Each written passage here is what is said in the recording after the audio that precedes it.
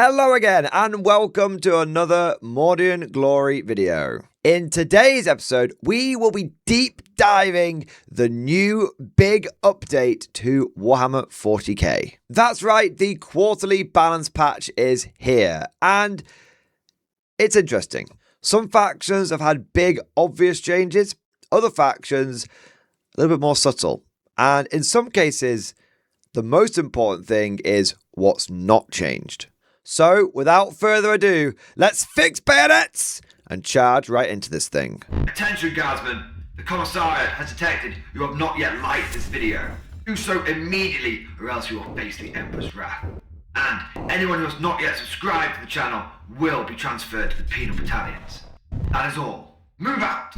Naturally, sir, the first point we are going to look at will be for the Imperial Guard, the Emperor's true finest. And there has been absolutely no changes whatsoever. The only thing that has been added to the points for the Guard is that Grizzled Company now has the points costs officially published for the different enhancements.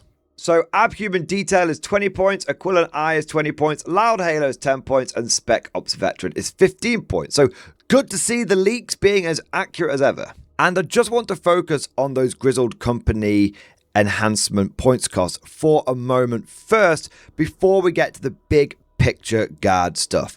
And the reason for this is simply Grizzled Company is new, it's exciting, so I want to just talk about this first. I think the points costs for these different enhancements is absolutely bang on. I think they've got it right, and I'm not seeing any which I think are overcosted or undercosted. Abhuman Detail coming in at 20 points feels right, because even though on the surface it looks like a fluffy enhancement, a Commissar can join some Ogryns again, it actually has the potential to be one of the Guard meta defining enhancements for the near future, because it really supports our Bulgryn. And if you look over the history of 10th edition and the Guard meta throughout that time, you'll see that whenever Bulgryn have been in the ascendancy, Guard have been doing better. And whenever Bulgryn have been less viable, Guard have been struggling. And it's easy to understand why that is the case. We've been in an infantry and elite melee meta for a little while now. Now, in a meta like that, when you're facing off against all sorts of melee armies, if you're a Guard player that doesn't have Bulgryn, it can feel quite tricky because it feels like you can advance up the board and take territory, but it can be quite difficult to hold territory. And this is where Bulgryn come in because of their incredible durability. They can really take a charge. And they're no slouches in combat either. I think they're at 4 attacks each, strength 7, AP -1, damage 2. Now, sure, if someone pops Armor of Contempt or they've got Terminator armor, you might struggle a little bit with actually damaging them. But now that they have got the ability to hit on 2s, rerolling 1s, and if you're fighting over an objective, which is typically where Bulgryn find themselves because they take the objective and they try and hold it, right? Then they're also going to have that reroll 1s to wound. And that could really, really help with not only allowing them to take a charge, but also doing some damage as well. And suddenly the tables are turned and the melee army is now not putting the pressure on the Guard and we're having to react to them. They're having to react to this Bulgryn threat in front of them. And if someone's overspec'd into melee, either because that's their choice or because their faction is kind of designed in that way, then it can be a really difficult hurdle for them to overcome, because if their solution to dealing with everything is to chop it up in melee, and now you've got a unit which is totally happy to be in that situation, then it means that their one hammer that they use for everything suddenly is a less viable tool. Obviously, this makes Abhuman Detail a really good enhancement. And some of you might be thinking, well, is it undercosted? And I don't think it is. And the reason being, it can only go on a Commissar who's a little bit of a tax piece. A lot of enhancements, you can put them on characters you are going to take anyway. But I would say the vast majority of Guard players weren't taking Commissars in a competitive list. So it's not really a 20-point enhancement. It's actually realistically a 50-point enhancement because of that Commissar tax associated with it. When you see the total cost of this thing, it starts to make a bit more sense why what could be potentially such a Guard meta defining enhancement is 20 points on paper. like I said, it's actually much more than that in reality. Next, we have Aquila Eye. This is coming in at 20 points as well, and this feels about right. It's a very powerful enhancement, essentially unlocking an extra order that can give you +1 AP on a bunch of units. And if you put this on like a Cadian Castellan, for example, you can give 3 units +1 AP in shooting, which is very good. But there is that caveat where the unit that's receiving the order, if it wants to get the extra AP, does need to be within 12 inches. So it does put them in that danger zone. But I think it's a really solid enhancement. And at 20 points, you're going to find a home for this in your army. Loudhailer being 10 points, I'm okay with that. At the end of the day, I feel like Loudhailer is not a really necessary enhancement for a lot of people because they're going to just be taking advantage of the Master Vox. But I think it was one that might be overlooked a little bit. Having a Cadian Castellan with Loudhailer, giving him a 12-inch order range, feels very, very efficient. And then you've got Spec Ops Veteran at 15 points. This is the only one that maybe it's... I mean, I don't really see myself taking Spec Ops Veteran very often. You can only take 3 enhancements, and out of those 3 are more likely to go down Abhuman Detail, Aquila Knight, and Loudhailer.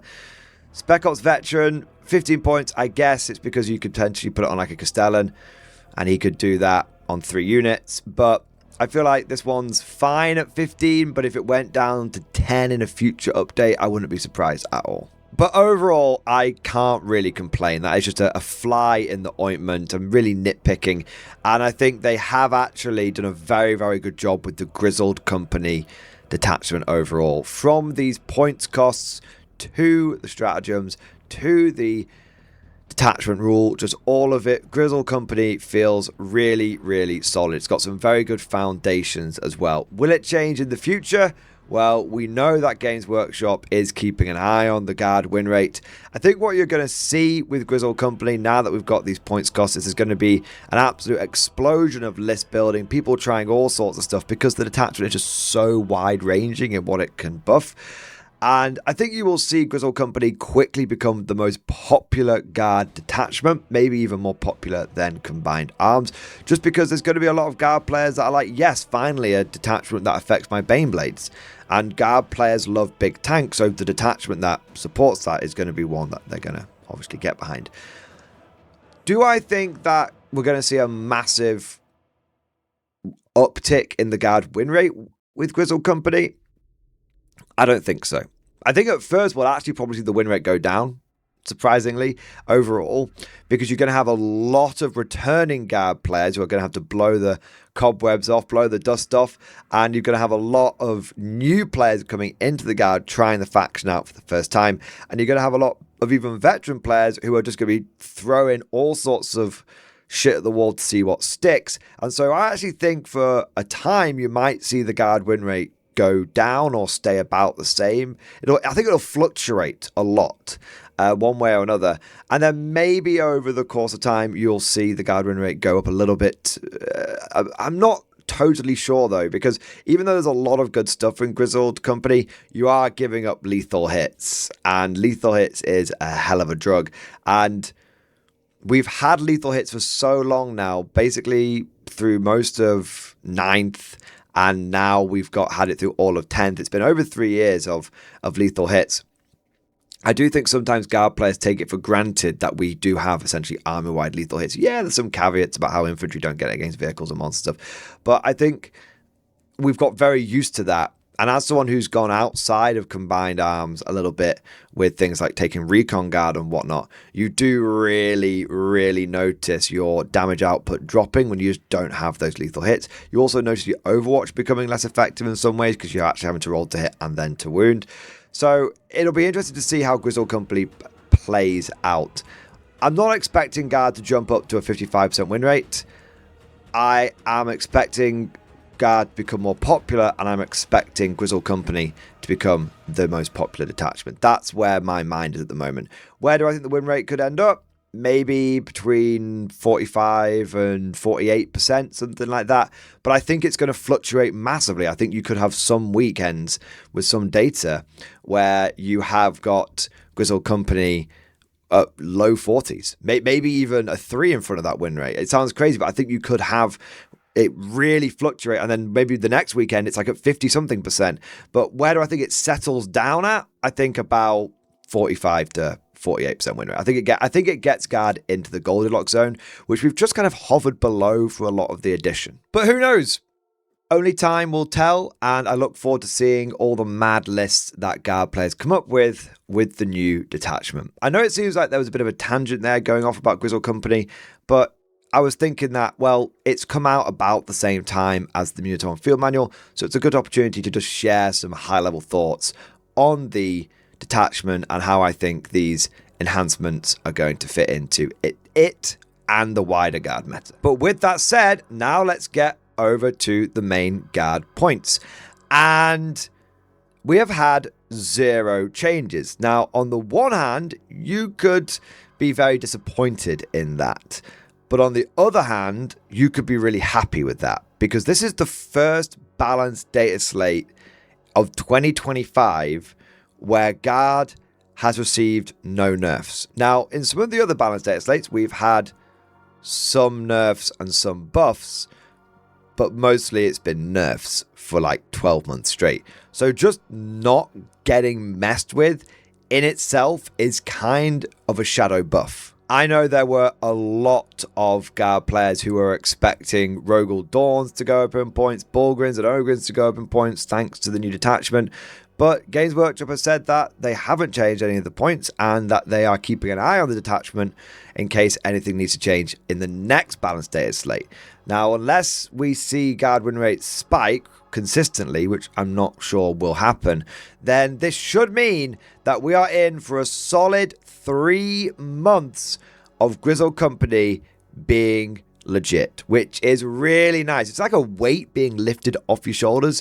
Hopefully we're not going to see another bridgehead strike situation. And this might sound a little bit crazy, but I think there's a real chance that they don't really do much in the next balanced data slate as well, because the next balanced data slate, if they even do one, they might do one just for the sake of it, but the next balanced data slate is going to be coming out 3 months before 11th edition.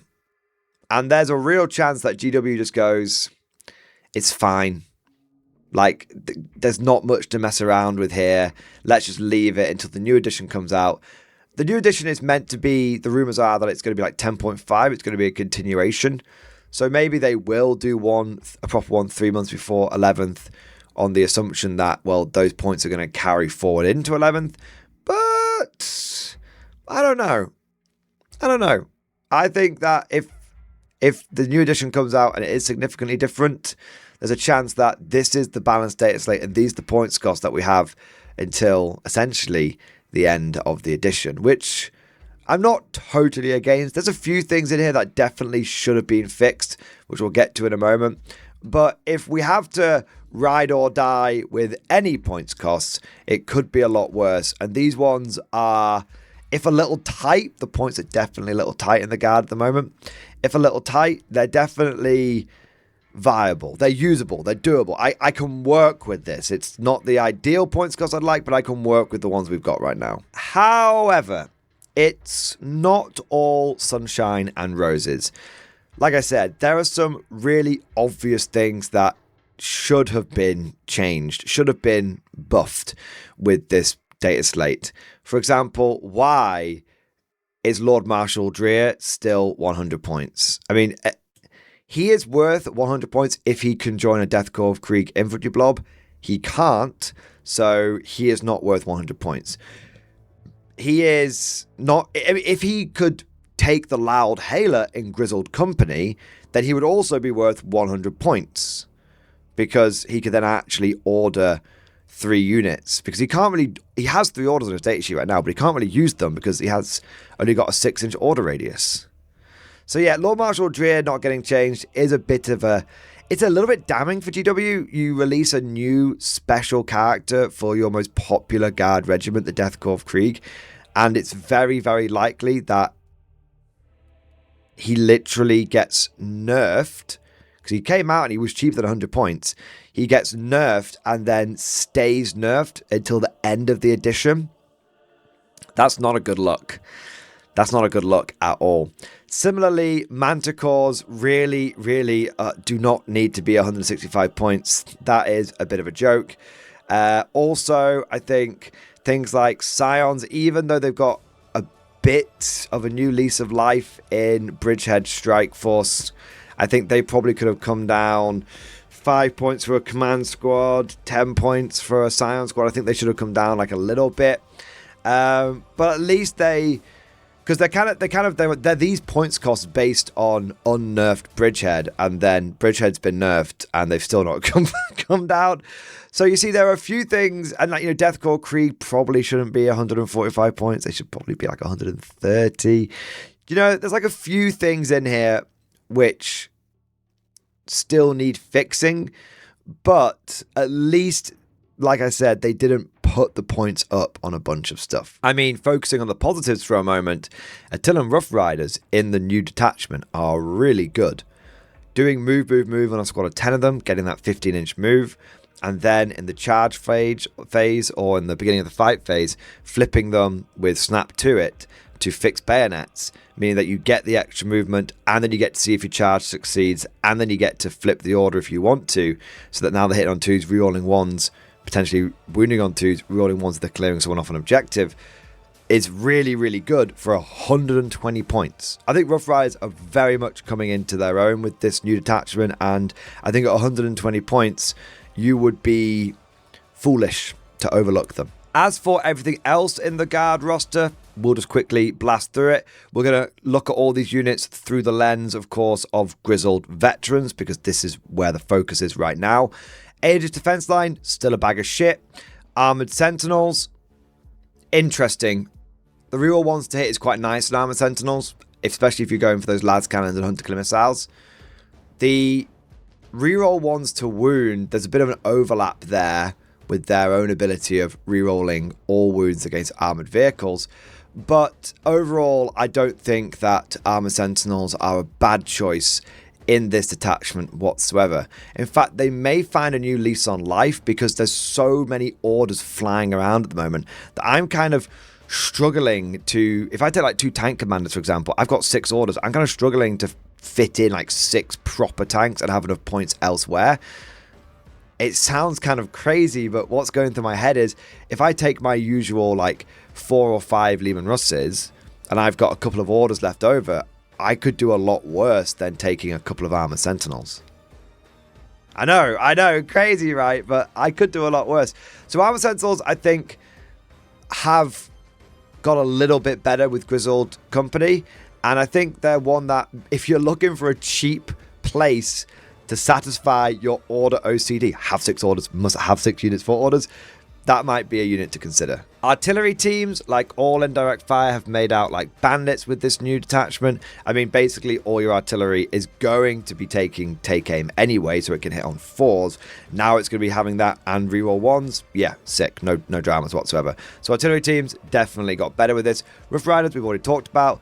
Baneblades, all the super heavies, whichever one, all the super heavies got better because now you can have Lord Sol Leontas, order a Baneblade, and it gets reroll 1s to hit, which in most of the armies wouldn't be much to write home about because it's just, oh sweet, you got a few rerolls. But in the Guard, it's a really, really big deal. So I think the Baneblade specifically getting it is really good. I used a Baneblade, I used 2 of them at a tournament recently, and I was really surprised about how good they were. That full fat Demolisher Cannon is doing a lot of work on the Baneblade, and now that it's got reroll 1s hitting on 3s, yeah. I like the Baneblade. Bane Hammer is fine. I'm still not my favourite Guard Super Heavy, but it's got better with Grizzled Company. Bane Sword, still amazing. One of the top 2 Guard Super Heavies, I think, between that and the one with the Chode gun. I think that's the Storm Hammer. Storm Sword, I should say. Those are probably my top 2, with the Baneblade coming in 3rd. Basilisk, back on the menu. Again, if you're someone that's taken a couple of tank commanders and you're struggling to find a place for your orders to go, well, if you want to take some indirect fire anyway, you might as well take a Basilisk, because Basilisks are really good. They've got the reliable number of shots, they've got the good AP, they've got the good damage, they slow people down, now they're going to be rolling 1s. Yeah, Basilisks are a really solid choice in the new detachment. Bulgrin, amazing. As we said, you can get them hitting on 2s, rerolling 1s, so really good. Cadian Castellans, fantastic. Now having 3 orders on them.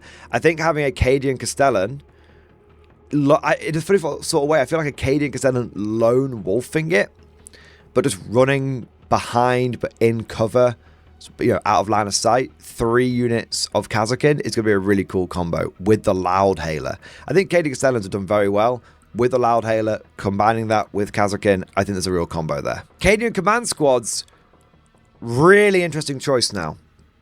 Previously, you never really took a Cadian Command Squad unless you were taking another character to support them. Because basically they only could do 1 order, so you took the other character like Creed or Leontus or Castellan, and they could do 2 orders or more and take advantage of the Cadian Command Squad's Master Vox.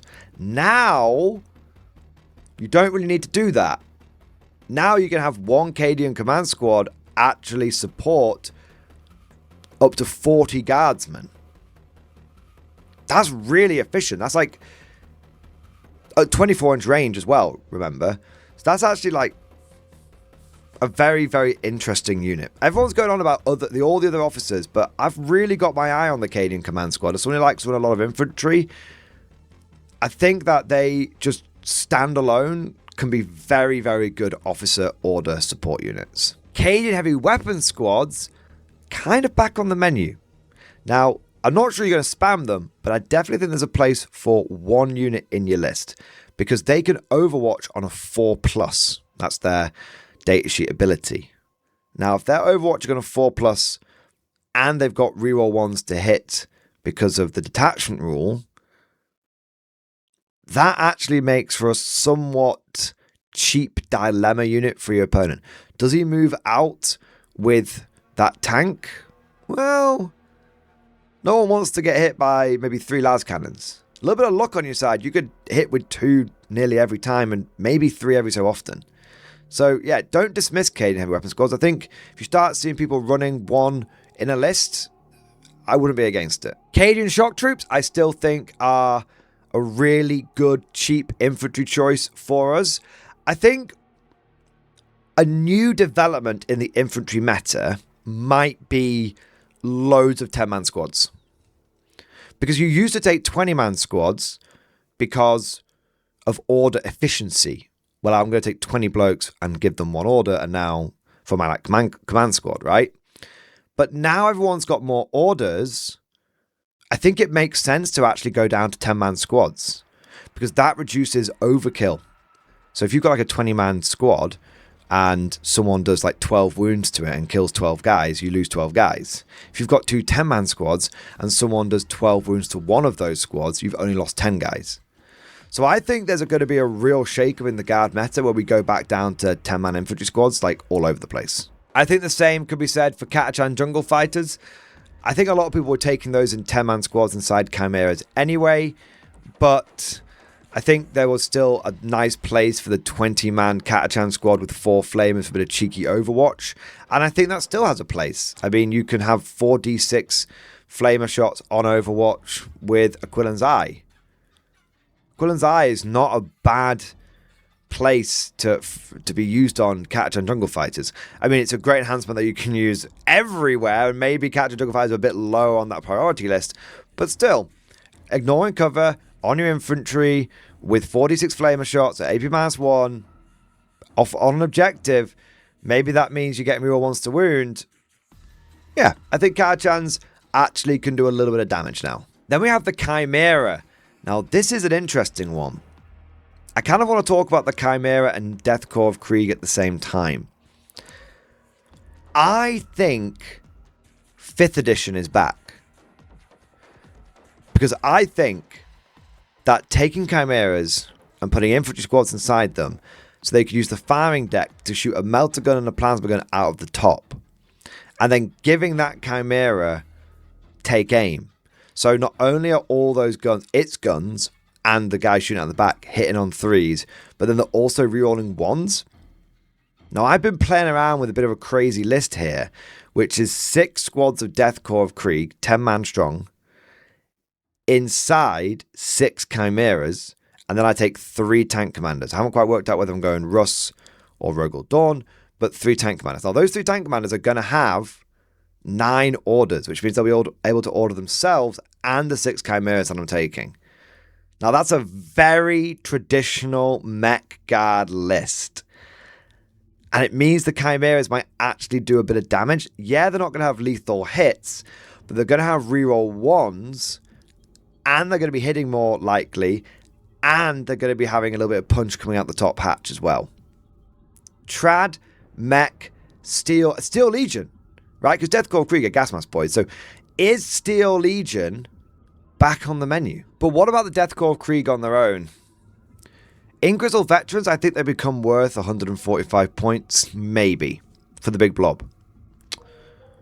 Because if you give them take aim and then they take a casualty, they're going to be hitting on 2s, rerolling 1s on battle line infantry.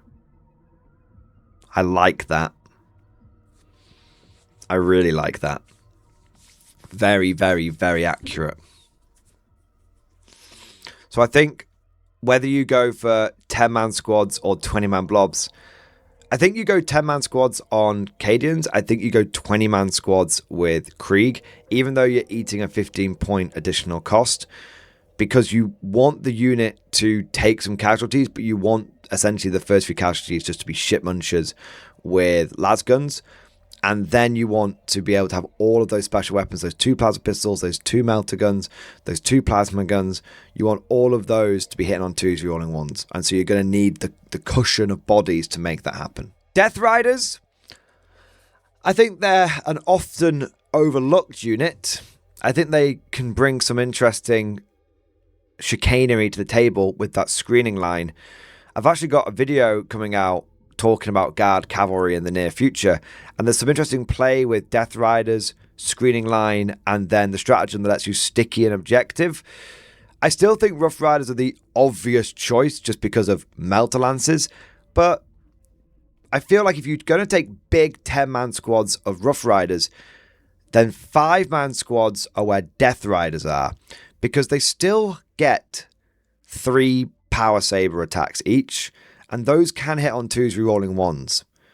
And so I feel like sometimes you won't need a big 120-point Rough Rider mob to kill something like 5 Intercessors or 5 Assault Intercessors on an objective.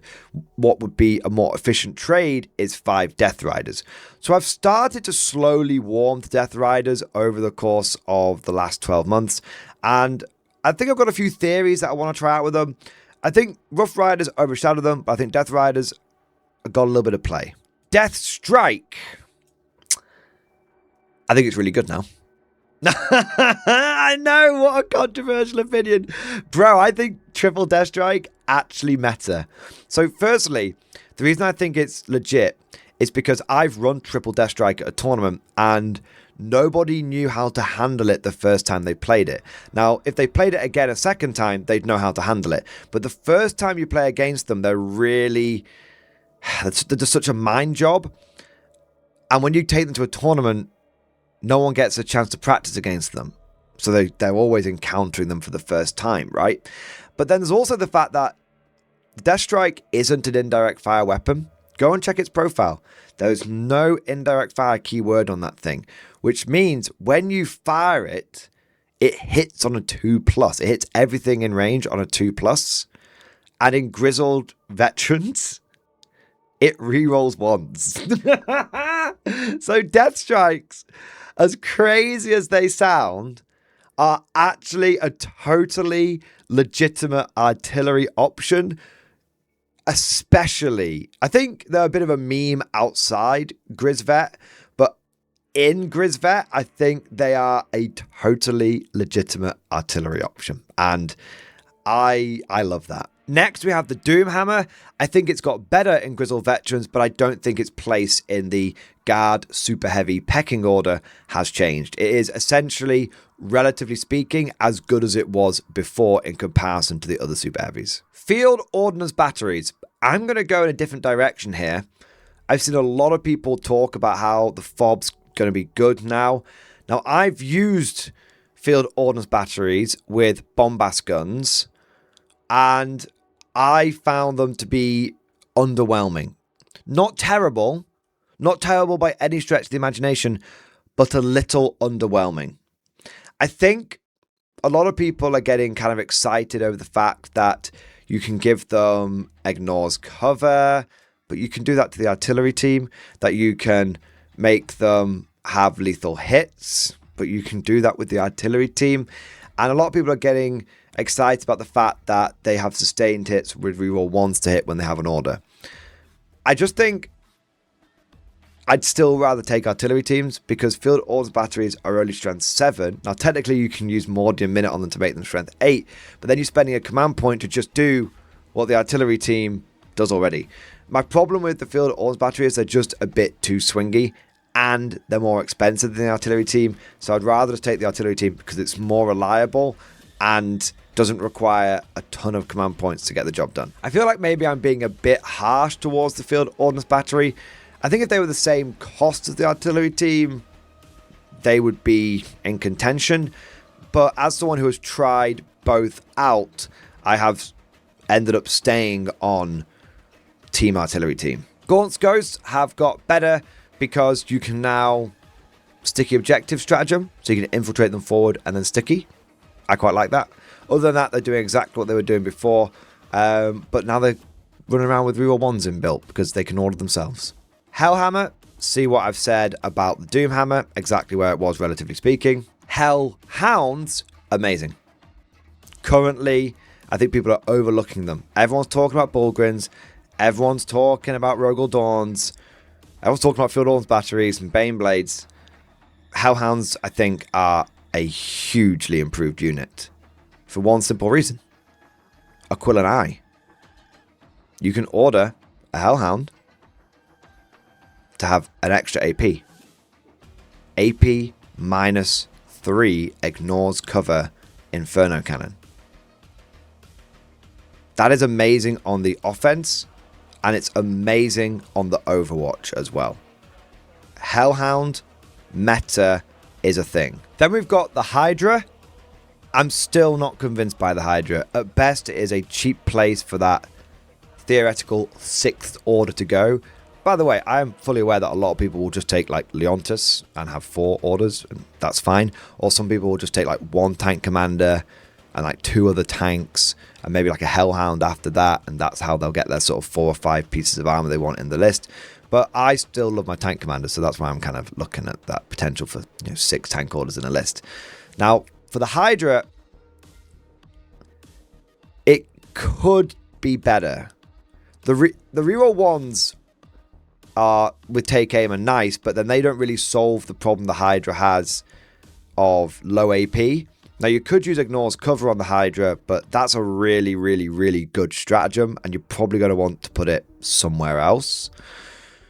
You could put Aquilan's Eye on the Hydra,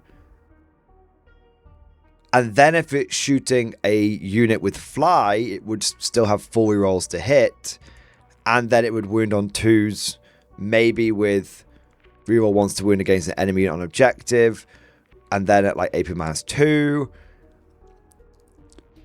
Like, you can make the Hydra work. I'm just not sure if it's worth messing around with. If I had to pick between a Hydra and a Hellhound, I'd rather spend the extra 30 points, even in the very tight point economy that we're in, and go for the Hellhound. Because the Hydra might pop off sometimes, and the Hellhound I feel like is always going to pop off. What would I rather put Aquila and Eye on? Right? Doesn't cost me a command point then. Obviously the Hellhound. So yeah, not convinced by the Hydra. Could be wrong, but not convinced. Kazakin, absolutely amazing. Double stack them orders for days. Take aim means that when they order themselves, with take aim just on their own, rerolling 1s, hit on 2s, amazing. Or you can double stack orders on them, having them take aim and first right fire, best of both worlds. Or you can have them, I mean, there's so much you can do with Kazakin that when I first saw Grizzled Company, the first unit review I did was Kazakin, and I highly recommend you check that out. There's about 10 different ways that Kazakin can benefit from this attachment, all sorts of different combos, and they're just a fantastic unit. Almost an auto-include. Genuinely, almost an auto-include with Kazakin. Krieg Combat Engineers, I don't think the needle's moved. These are a unit which does most of their damage via mortal wounds. There's not a huge amount that I can see in their data sheet, which is going to massively benefit from Grizzled Company. I mean, not more than any other unit. Like, every unit benefits from ignoring cover and extra AP, right? Every unit benefits from that. They don't benefit from it as much as other units. So I don't really see Krieg Combat Engineers moving from their current position of cheap-ish 5-man mortal wound spammers. The Krieg Command Squad, on the other hand, I think is being hugely slept on. So the reason why is because of the servo scribes. Oh yeah, you know that piece of war gear that you never even think about because it's like a once per game you can do an extra order. Well, the thing is, Krieg Command Squads can do that servo scribe anytime they issue an order, including when you use Snap to It. So you could use Snap to It, issue an order in your opponent's turn, and then use the servo scribes to actually get to do 2 orders off that one stratagem. The rules as written, it works, and it's amazing. And now that's a very like sneaky, cheeky way of making Krieg Command Squads really sing with Grizzled Company.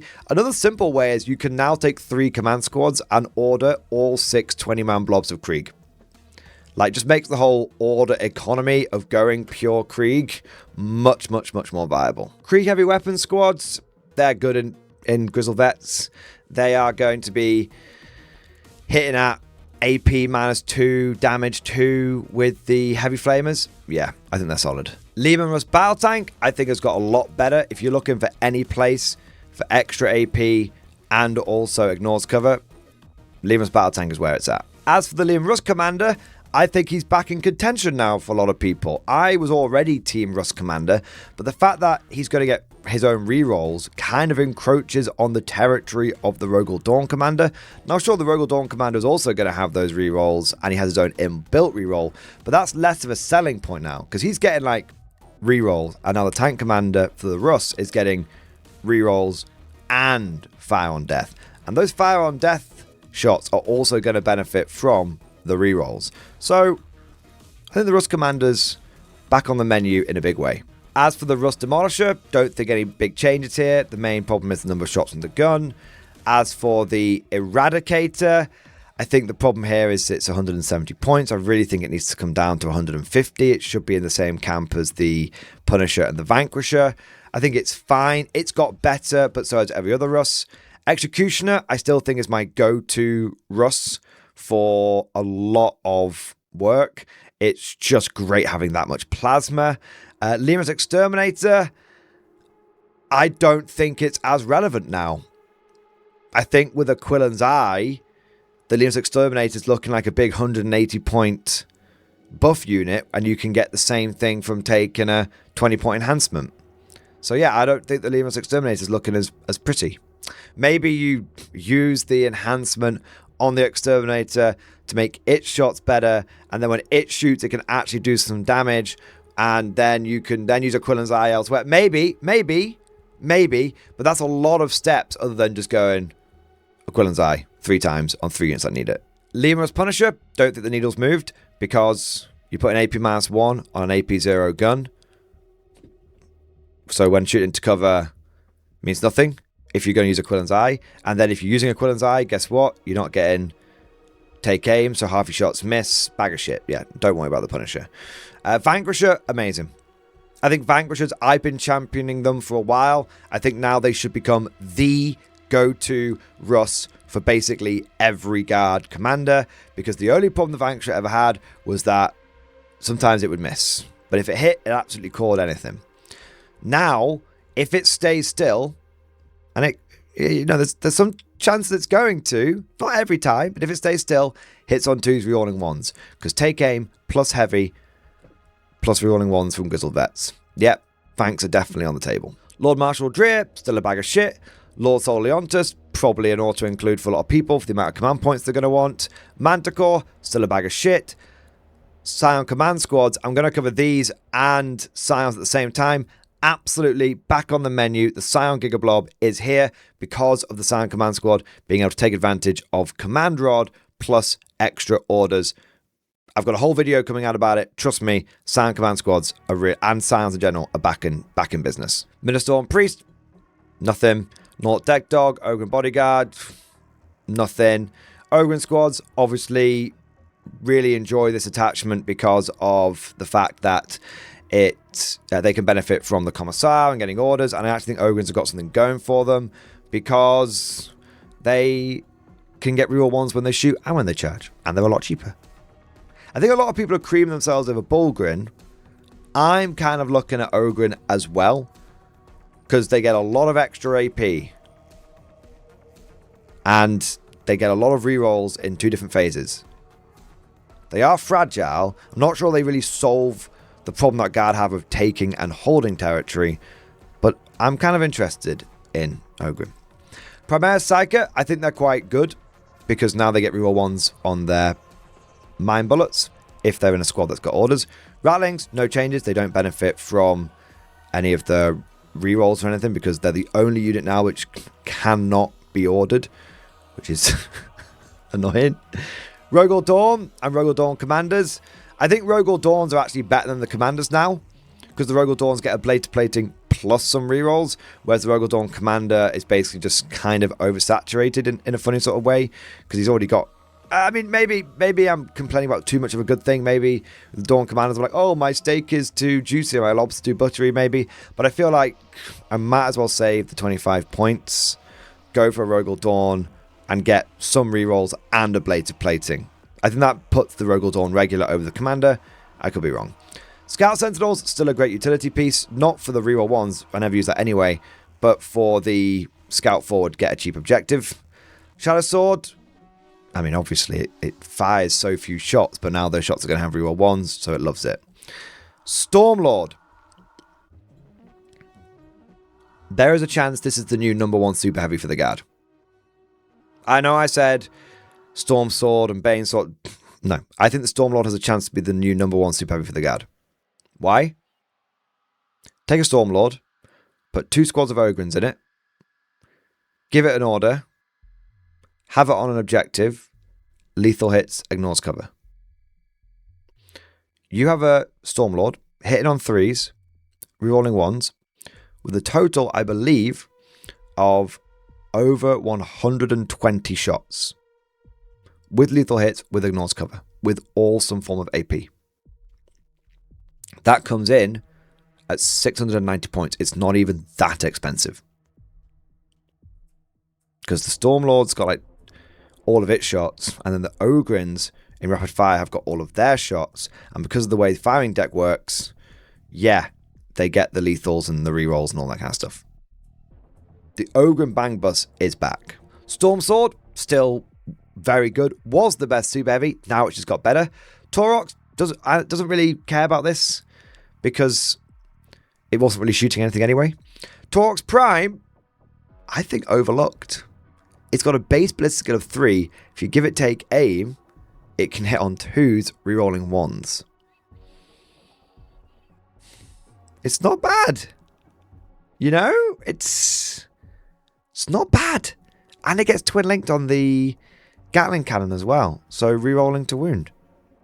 It's not bad. It's a little light Dagger Tang which can do some, can do some transport. I'm just saying, it's not bad. Tech Priest, not really affected. Tempestus Aquilans, kind of affected. I don't know why you'd take him over Kazakin, though. If you're going to start them on the board so they can actually get orders, why would you take them over Kazakin? You wouldn't. No, I'm not convinced by Aquilans. Scions, already talked about. Creed, obviously amazing, gets an extra order. Valkyrie, I don't think it can receive orders unless it's in the mechanized attachment, so no change. Wyvern, still a bag of shit. Avenger Strike Fighter, doesn't care.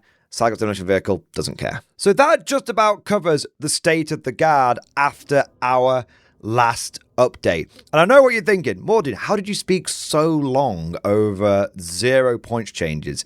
Well, for me, like I said, the interesting thing wasn't really about the guard update. It's about like what's not changed, and then that combined with Grizzled veterans. And now that we have all the information for the next 3 months over Grizzled veterans, I feel like this kind of serves as a pretty good state of the guard after the last round of updates. But you know what? It's not just about the guard. It's about what the guard has to play into, what we have to face off against. And so what I want to do for this last part of the video is actually breeze through the other factions, give some hot takes on what's changed and how that might affect you as a guard player going into your games. What could you expect from each faction? Starting off, we have got the Adeptus Sororitas. They have had a lot of points nerfs. Canoness is going up, Sacrosanct's going up, Dominions, Hospitalers. The two big ones for me are the Retributors going up and more than Val going up. Now, Val has been an absolute crutch for the sisters for a long time now, so her going up is going to affect a lot of lists. Does it mean people are going to stop taking her? Maybe not on its own, but maybe in the context of the fact that a lot of people are gearing up to deal with Victrix Guard. And Victrix Guard are quite similar, Victrix Guard led by a character, are quite similar to Paragon Warsuits led by Val. So it might not necessarily be that it's just this points cost which sees the Paragon Val bomb go down. It might be the fact that everyone is now spec'd to deal with it, and now it's just been nerfed. So could be an interesting time for sisters, maybe not in a positive way, but could be an interesting time where we start seeing some of them move away from the Val crutch. The other one is Retributors. Now, there are a few units in the sisters army that I truly fear. One of them was Val, but I have been able to deal with her. The other one is Retributors, because I like to run a lot of tanks, and Retributors like to bust tanks. Now, Retributors going up 15 points for me as a guard player, I love that. I'm sorry, sister players, but I love it because 120 points for 5 models. You know, what I'm going to do, I'm going to throw something forward like a Chimera. You're going to have to, on an objective, you're going to have to pop that with your Retributors. You're going to spend 120 points to deal with 85 points, and suddenly you've exposed your very expensive anti-tank unit. And then when that's gone, the rest of my armor can start rolling out. Yeah, Retributors going up 15 points in a weird sort of way, for me, is the bigger change. It's the bigger change. Will we see sisters move away from Retributors and Val? I mean, you'd think so in the face of these nerfs, but the big question is, where the hell do they go? What are the anti-tank have they got? Like, what, immolators? I mean, 115 points? I don't know, man. Sisters definitely have taken some hits here. I thought they were in a good place after the last balanced data slate. Strong, very strong, but I'm not sure oppressive. Now I think sisters are. I think they're in a bad place.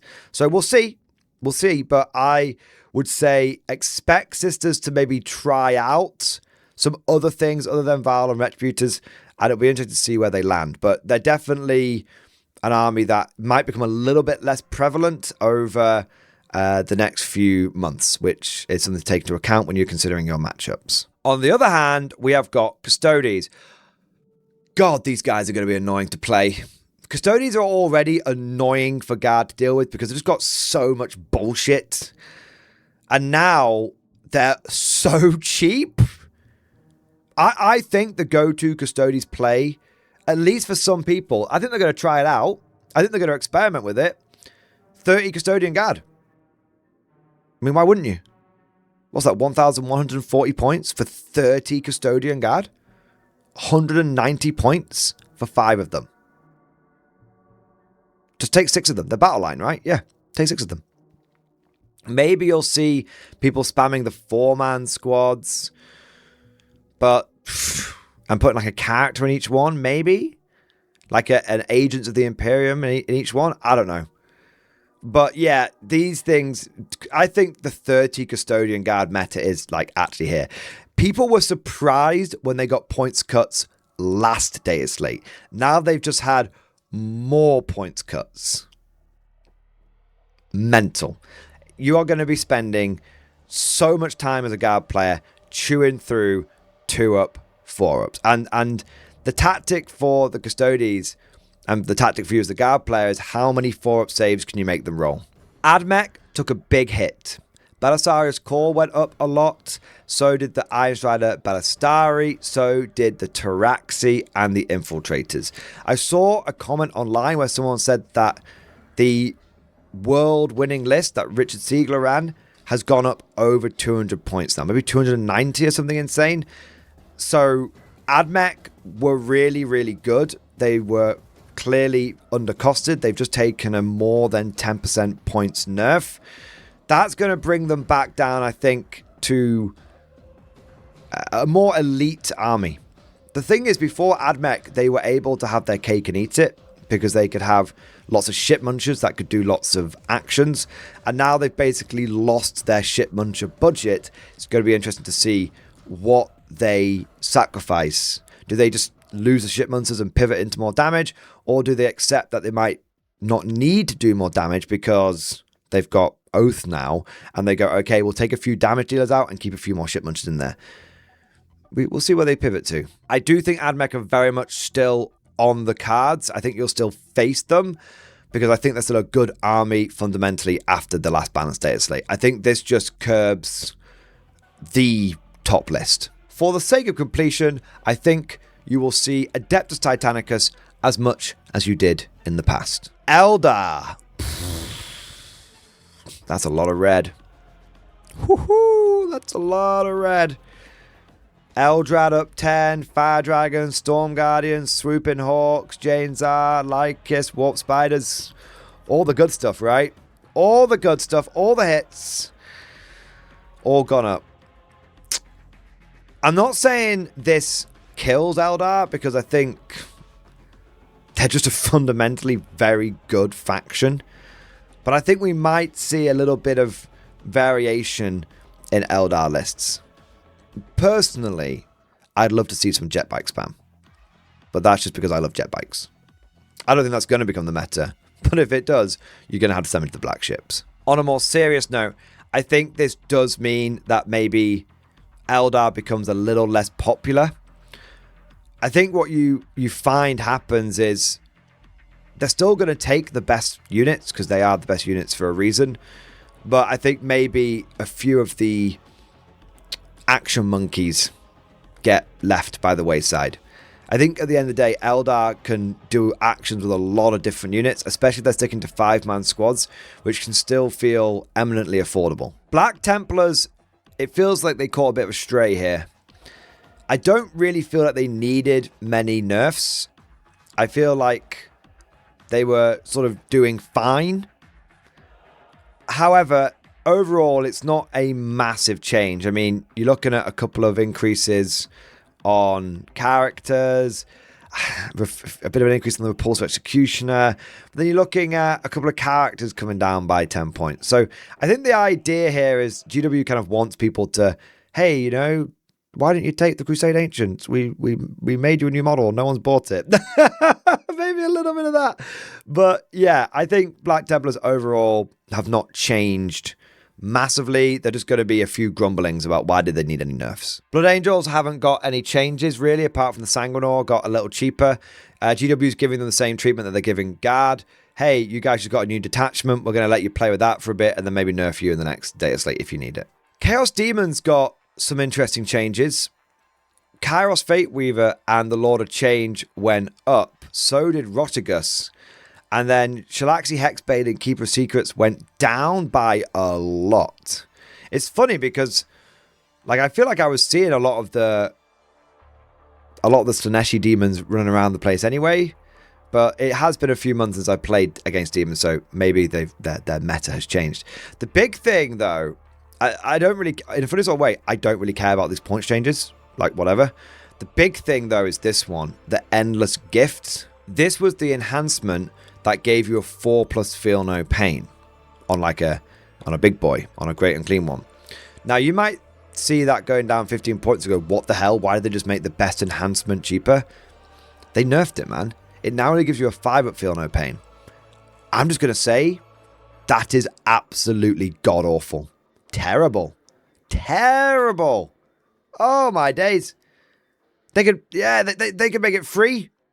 The 4-up, the fact it was a 4-up was the big deal. The fact it's a 5-up now, pfft. Yeah, man. I am just not going to worry about the big Mr. Blobby, Great and Clean one that tanks all my damage now. Now that he's down to a 5-up, I can overwhelm a 5-up Feel No Pain. It might take a little bit, but I can overwhelm a 5-up way more than I can overwhelm a 4-up. So as far as I'm concerned as a guard player, Demons just got a little bit easier to handle. Chaos Knights got a few small changes. I could be wrong here, so please correct me down in the comment section if I am. I don't think this moves the needle at all, right? I mean, Chaos Knights, every unit in their army is so, like, expensive because they've got no, like, infantry. So if you make a knight go down by 10 points, it's not like you can suddenly squeeze in an extra knight. Again, I could be wrong. I'll be honest, I've been a bit lazy. I haven't really looked at if now this means that you have those extra 10 points, you could squeeze in an extra war dog or something. I feel like what this means is if you decide to take the Knight Desecrator and the Knight Ruinator and stuff like that, then maybe you can get an enhancement that you couldn't get before. Maybe.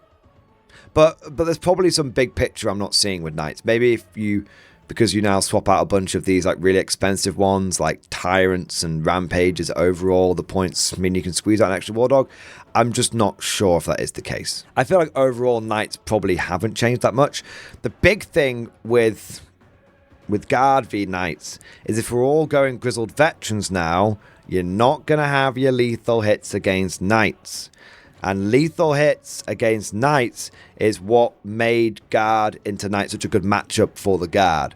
So, in a weird sort of way, I might see this as becoming an actually bad matchup for Guard now, because we can't just lethal them down to death, unless we're going back to Combined Arms. Chaos Space Marines are getting a couple of points cuts and a little change to Fabius Bile. Don't think that moves the needle on Chaos Space Marines at all. What they were taking before, they'll probably be taken again. Dark Angels, Azrael got 10 points more expensive. Fine. Similar to what I said with Chaos Space Marines. Not sure that massively moves the needle. I think you're still going to take him because he's a really, really, really good auto-include Chapter Master. Ravenwing Black Knights got a bit cheaper.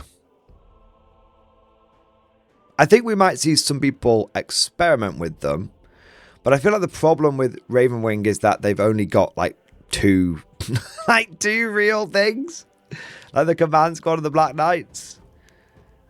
Maybe we'll see a bunch of people go full Ravenwing, but I'm not sure. My suspicion is whatever was working for Dark Angels before is exactly what was working for them now, and is exactly what you're going to be facing again as a Guard player. Death Guard got their Chaos Land Raiders brought into line, and Rotigus went up.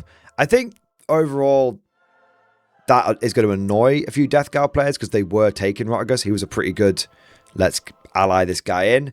And I don't think many people were taking Chaos Land Raiders. However, I think not taking Chaos Land Raiders in Death Guard is... I mean, I'm not saying it's the end of the world. You can definitely... They're not an auto-include. But I have run Death Guard, and I have run Chaos Land Raiders. And this was when they had received no buffs whatsoever. And I found them to be really good. Double Nurgle Land Raider. I found it that it could actually overwhelm quite a few lists. It was a bit of a stat check, to be honest. But hey, if they just made a stat check even better, then there you go. However, what do I think this means from a Guard perspective? An Imperial Guard perspective, I should clarify. Maybe you'll see a few more Land Raiders. Maybe that won't really bother you, because you're probably taking some Vanquisher tanks now. And I think Vanquishers can handle Land Raiders. Death Watch got a change! GW acknowledged they existed. Unfortunately, it was a nerf. They've just brought the Indomina kill team up by 15 points. Now, that is not the new kill team. The new kill team is the Decimus kill team. This is one of the other ones. This is the I think the big chonky one with all like the big heavy armor in it. So they've made the chonk team more expensive. As an Imperial Guard player, I don't think that changes anything for me. I think that just, I'm going to see Death Watch exactly the same amount as I saw them before. Drukhari! Not any changes that are worth mentioning. Ravager's down by 5 points. I think actually means fuck all. And Reaver's getting a nerf on 6-man squads. I play against Dark Elder a surprising amount. They're quite popular in my local area. No one ever takes 6-man squads. They take 3-man squads for utility. So, good job, GW. No real changes whatsoever. You're still going to be facing people jumping in and out of those goddamn Venoms. That's not changed at all. So, yeah. It's business as usual when facing the Drukhari. Did you bring any indirect fire? I mean, like, any at all, including, like mortars? If you did, you pretty much auto win against them because they hate indirect fire. If you didn't, you probably lost. Unless you brought a lot of tanks. Now, if you brought a lot of tanks and a lot of indirect fire, which is pretty advisable with Grizzled veterans, then Drukhari might be in for a bad time in fighting Guard. Now, Emperor's Children got a little bit of special treatment because most other armies that got a detachment didn't get any points changes, but Emperor's Children did. And they got a lot of little changes coming down. Spawn down, Terminators down, the Foot Demon Prince down. The Foot Demon Prince sounds like something different in a Slanesh army, doesn't it? It's like the foot fetish Demon Prince. Anyway, the regular Demon Prince came down. Keeper of Secrets came down. Shalaxi Hexbane came down. So they got lots of these little changes, but they did get one nerf, which was the Demon Prince of Slanesh with wings. Now, this one nerf caused a great cry of anguish from the Emperor Children community because this is like a huge crutch unit for them. But I am somewhat reminded of when Angron got diddled in the World Eater Codex and everyone said World Eater was then dead and because Angron was such a crutch for them, and then like a few months later it turned out that you were actually almost better off not taking Angron because he was taking up so many points, and actually World Eaters were totally fine. I wonder if we're going to see a similar situation here with Emperor's Children, where everyone gnashes their teeth in frustration about the winged Demon Prince getting nerfed, but then they take them out of the list and they realize, oh shit, we've got all this other stuff that might actually work. I feel like maybe he's a bit of a crutch, and forcing that crutch to be taken away might yield some hidden gold. I don't know. I'm not an Emperor's Children player. They always say they've only got like 3 viable data sheets. I don't know about that. Genestealer Cult, 0 changes whatsoever. In a funny sort of way, I think that's pretty good for them. They've been tweaked and changed and tweaked and changed and messed with throughout all of 10th edition. They've been rewritten about 7 times. Okay, bit of an exaggeration. 3 times. It's AdMech who've been rewritten 7 times. But anyway, I think most Genestealer Cult players will be pretty happy with them not having any changes. I think they've been a surprisingly strong faction for the last few months, and getting away with no changes from that is quite nice. They did cop quite a big nerf in the last balanced data slate, so them being left untouched in this data slate might be seen as a welcome reprieve. A little bit like with Guard, how we've been getting constantly nerfed. It's just nice to not get fucked with in a data slate. I probably think that's the way Genestealer Cult players are thinking. From, obviously, an Imperial Guard point of view, I find Genestealer Cult can be really... They can be quite tricksy to deal with. GSC players have been honing their craft for a little while now, and I suspect that you're going to see that craft only get better and better and better over time now that they've not had to actually pivot for once. Quick side note, I'm kind of interested in trying a Brood Brother Auxilia list at a tournament. I think it's widely considered to be the worst attachment in the game, and I'm wondering if I could make a proper Brood Brother army work. Obviously I can't take anything from Grizzled Veterans, I don't get any of that stuff, but I like a challenge. And these are basically a pseudo guard army. And I like running guard stuff. So maybe in the future you'll see some Brood Brother action from me. Grey Knights. A couple of points buffs.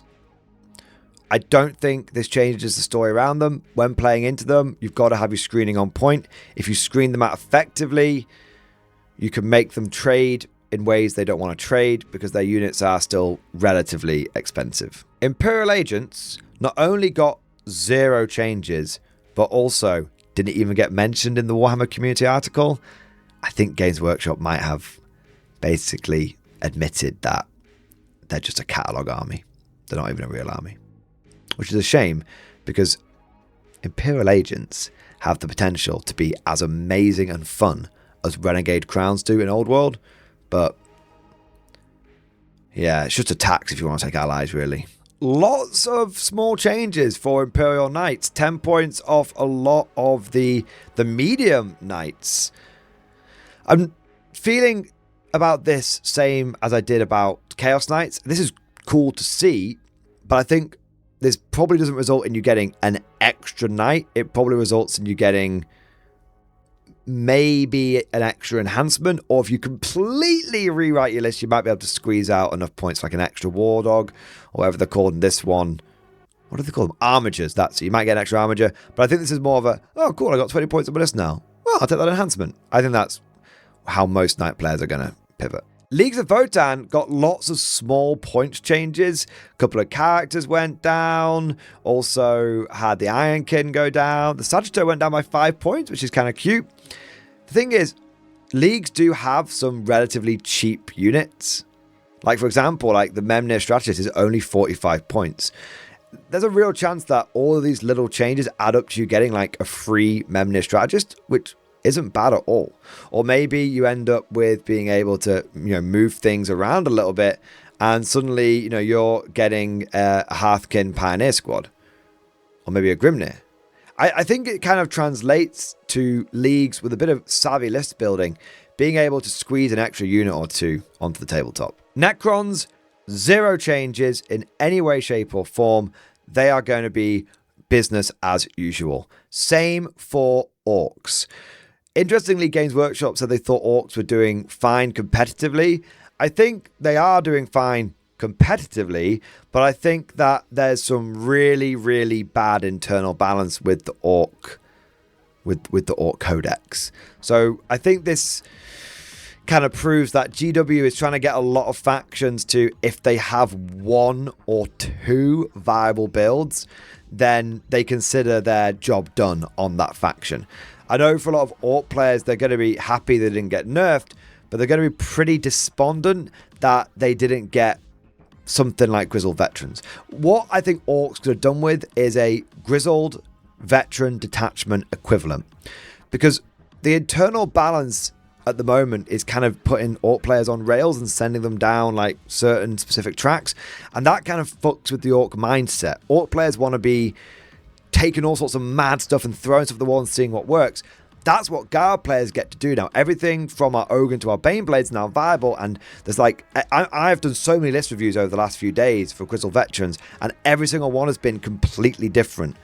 Orc players are going to be looking at that and wishing that they had it. Space Marines got a few nerfs, like Athan Shan got taken down a peg, and so did the Centurion Devastators. They got made a lot more expensive, and the Vanguard Veterans got made more expensive as well. I agree with all of those points nerfs. I recently faced all 3 of those units, and I found them to be really good. I think Paul's bad at stuff was actually totally right about the Centurion Devastator meta. So, Paul, you made this happen. Be proud of yourself. Other than that, moving to one side, Raven Guard taking a bit of a hit, I think, is necessary. If you saw my last tournament after action report, they were so powerful. As for some of the other stuff, Marines got points cuts. Now, I know it might be on things we don't see a huge amount of, like Aggressors and Eradicators and like Kasaro Khan and stuff, and like Stormspeeder Thunderstrikes. But as someone who's played against and with Marines recently, They're so cheap. They get so much MSU on the board. Like Marine players, I feel like they're getting like 20 units in a list sometimes. Just madness. So much utility. So many game pieces. So good at trading. So I know people might think I'm mad going on about this in the face of like aggressors going down. But honestly, Marines are dirt cheap at the moment. And they just got some points cuts. I'm surprised about that. Especially some of them, like the Lieutenant is good. People were taking Lieutenants and then putting enhancements on them for things like, I don't think it's Victrix, but they were putting them on the like company heroes and stuff. That combo just got better. Kato Sakaris, I'm pretty certain he was a big part of the Victrix bombs that have been going around. He just got 25 points cheaper. Speaking of Victrix, the big 6-man squads did get a 30-point increase, but that is kind of cancelled out by Kato Sakaris going down 25 points, so that doesn't really mean anything. I don't know. I still think you see 18 Victrix being spammed.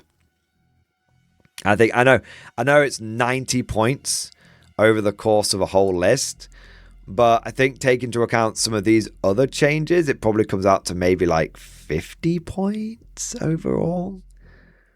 Like a 50-point nerf on the top performing Ultramarine list. I mean, what's that? That's not even like... That's like a 2.5% nerf.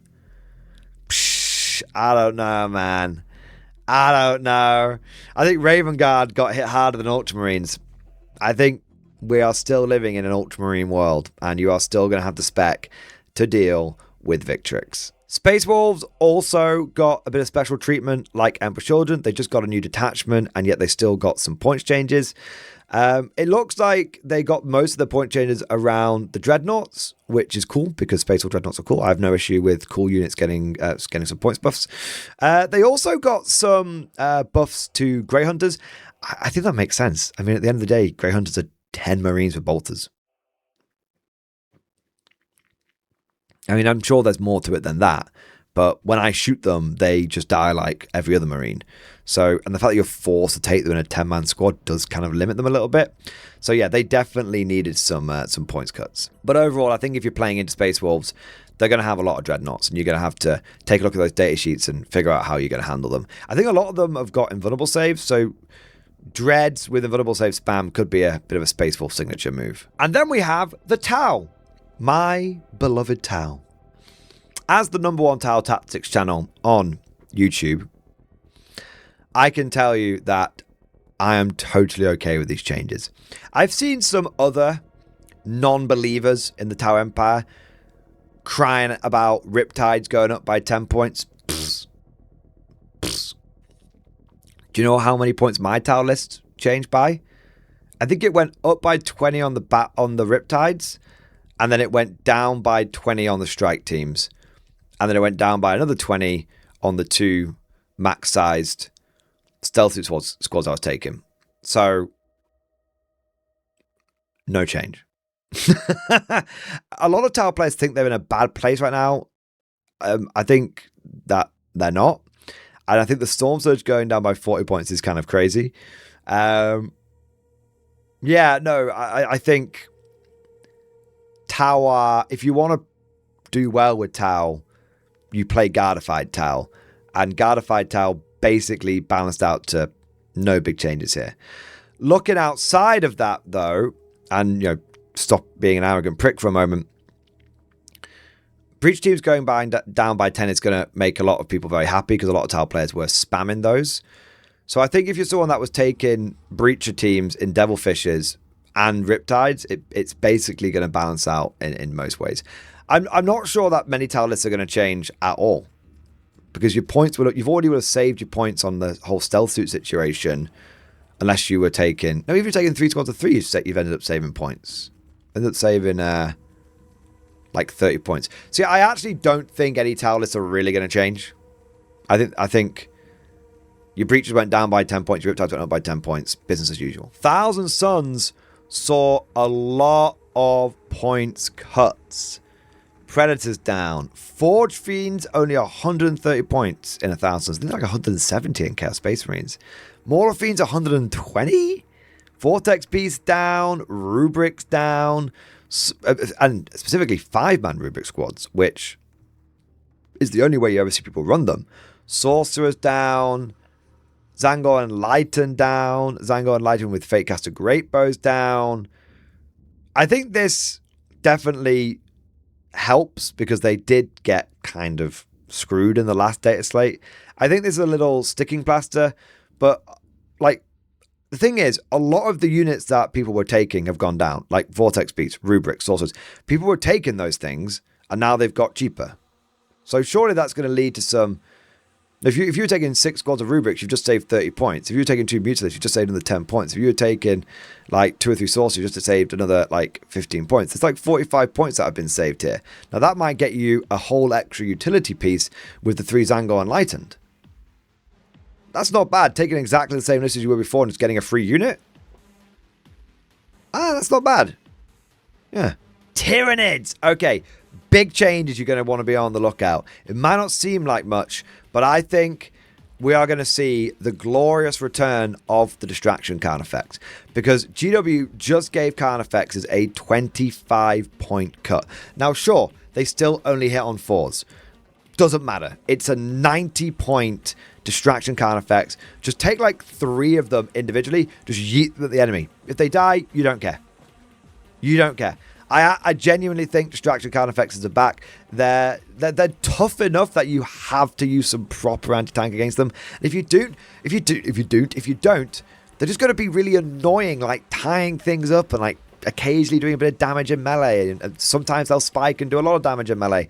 Yeah, I think distraction Carnifex is back. And the Screamer Killer going down as well is kind of cool. Do I think we're going to see max Screamer Killer, max Carnifex spam incoming? I mean, my instinct is no, but it's about 305 points for a full Brooder Carnifex and a Screamer Killer. So it's going to be about 915 points for 9 Carnifex models in total, Carnifexes and Screamer Killers combined. That's a lot of meat. That's a lot of it. You've still got 1,000 plus points of utility, range, little shit munchers and stuff. I don't know. I think some people will try it. I think it's a bit of a stat check. I think it'll catch some people off guard. I think it'll be funny as fuck. However you slice it, I definitely think you're going to see Carnifexes popping onto the board now. Even if it's just 1s and 2s as a distraction, but you might see some spam as well. Finally, we have World Eaters. Angron got a little bit cheaper. 340 points for him is decent. Goremongers got cheaper. These are really good. These are the infiltrating pieces. These were very good utility models anyway, so them getting cheaper is nice. Law and Juggernaut going up is a nerf. I'm not surprised everybody was taking him. Slaughterbound going up, also not surprised everybody was taking at least one of them. Overall, I think World Eaters are probably not overly impressed with these changes. I don't think it does more than inconvenience them, but it's going to be annoying having to... How do I fit in the extra 15 points for the Slaughterbound now and whatnot? At the end of the day, you're still going to be seeing the same World Eater tactics. Stage up turn 1, go turn 2, turn 3. And I don't think these change the overall World Eater meta. And as a result, when you're playing against them, you're going to need to be ready for it. Now, what does change things for Guard into World Eaters is absolutely Bulgrin being legit now. It's not about what's changed for them. It's about what's changed for us. So that covers everything in the Munitorum Field Manual. My hot take on all of this is Guard have kind of got better because our list variety has got better, and that gives us more tools and more options when building our lists and playing our games. It feels like everything is swirling around the Guard, though. Some players, like Admech and Eldar, coming down. Some players, like I think Tyranid, is potentially going up a little bit. Some other factions, side grading and whatnot. It'll be interesting to see how it all pans out. But I do think we're going to be in for a somewhat different meta. I think not massively different, but I think there's going to be a bit of a revised pecking order overall with the different factions. But what about the balanced data slate itself? We've talked a lot about the points changes. Was there anything going on in the balanced data slate? The answer is, for Guard, no. No changes whatsoever, so we're all gravy baby there. Other factions did get some changes, with the big headline being that I think Eldar got nerfed again. Really bad. A lot of the other changes that happened were relatively minor. Truth be told, I did look at some of the other changes, but because I'm not that familiar with other factions, I kind of just hyper-focus on Guard. I read them, but I didn't really understand them, which I think is a good thing because the Commissar uncocked his bolt pistol. As far as I'm concerned, Guard have got out of this update, even though not much has changed, in a funny sort of way, that was almost the best thing that could happen to us. And truth be told, that's kind of my feeling about this whole balanced data slate. It was just nice not to get messed with. The main update for us was the new detachment, and the main excitement is how the new detachment interacts with all of the units. And as you can see when we were going through the points values, and we did a little bit of a state of the Guard at the same time, it just feels like there's so many more options for Guard. The new Guard meta is not defined, and that is the best thing. Because frankly, we kind of figured everything out when we had the index. And then the codex dropped. And 70% of players still played combined arms. And then there was a minority that essentially played Hammer of the Emperor. Those were the two go-to. And the tactics for both of those detachments were still very much solved and figured out within a couple of months. The big takeaway from this last week and all these changes and all this update is there is absolutely a new meta. There's a new Guard meta, which is just try everything. And there's a new wider meta as well. And I think going into this new meta and these new and exciting and interesting and awesome times, I think that Guard are going to be well positioned. Even if we don't end up being well positioned in a power kind of way, we're going to be well positioned in a fun way. And at the end of the day, I'd rather have loads of different ways to play that are all decent than one or two only ways to play. And that is my main takeaway from this update and this new era that we're entering as we see the end of 10th edition come into sight and 11th edition on the horizon. In summary, I'm no longer salty, boys. I am hyped and I am ready to get my Guard on. I'm really looking forward to 2026. I'm going to go to so many tournaments, so many after-action reports, battle reports will be coming back, all of that good stuff. But you know what? I've kind of been waffling on for a long time now. I think it's time to wrap this up. And as always, everything in this video is just like my opinion, man. Let me know what you guys think down in the comment section below. I'm sure there's going to have been some bits that I've missed. This is very much a first impressions of the meta and the Guard post-update. And I'm sure as the weeks and months go on and as the games get played, the meta will emerge and will become more clear, both for the Guard and also for the wider picture as well. And I'm kind of interested to know what you think is that picture going to look like. Do you think Guard are going to suddenly dominate? Do you think we're just going to pootle along at our standard 42% win rate? Never any more, never any less? Or do you think we might see a little bit of fluctuation, both with ourselves? And I guess the big question is, what do you think the new pecking order is going to be? Who do you think are the big winners and big losers of this data slate and this Minotaur field manual? If you enjoyed today's video, don't forget to go ahead and smash that like button. It's a really, really big help and it boosts this video with the YouTube algorithm, which always helps support the channel.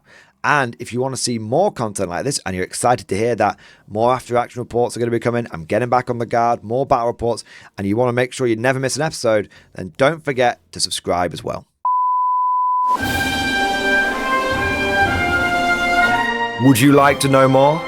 If so, then please consider becoming a channel member or patron. By supporting the channel, not only will you be doing your part, but you'll also be helping me create more content for your viewing pleasure and unlocking a whole host of perks. You get everything from a badge next to your name, custom emojis, but the big one is access to the Mordian Glory Discord server, an online community with almost 2,500 active members. It's always popping off in the MG Discord. We've got channels for army lists, hobbying, tactics, stories, and even a pretty spicy meme section as well. For all you greenhorns that wanted to see the Mordian glory hole, today is your lucky day.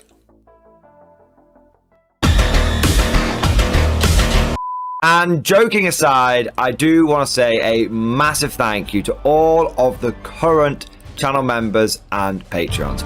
You guys are amazing. Truly the lifeblood of the channel. I could not do Mordian Glory full-time without the incredible and generous support of my members. So thank you guys so much.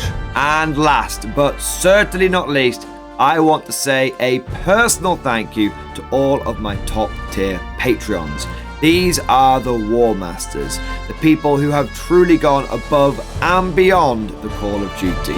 So a heartfelt thank you to Redfield, 32, Jurgens, Miasma, Try Again, Bragg, RJ, Scorpion, Bonbon Vert, Lord Pryor, Nicholas Walsh, John Stubbs, Guardian, Varney, Sword, Fish Trombone, Picklock the Forged. Seriously guys, thank you from the bottom of my heart.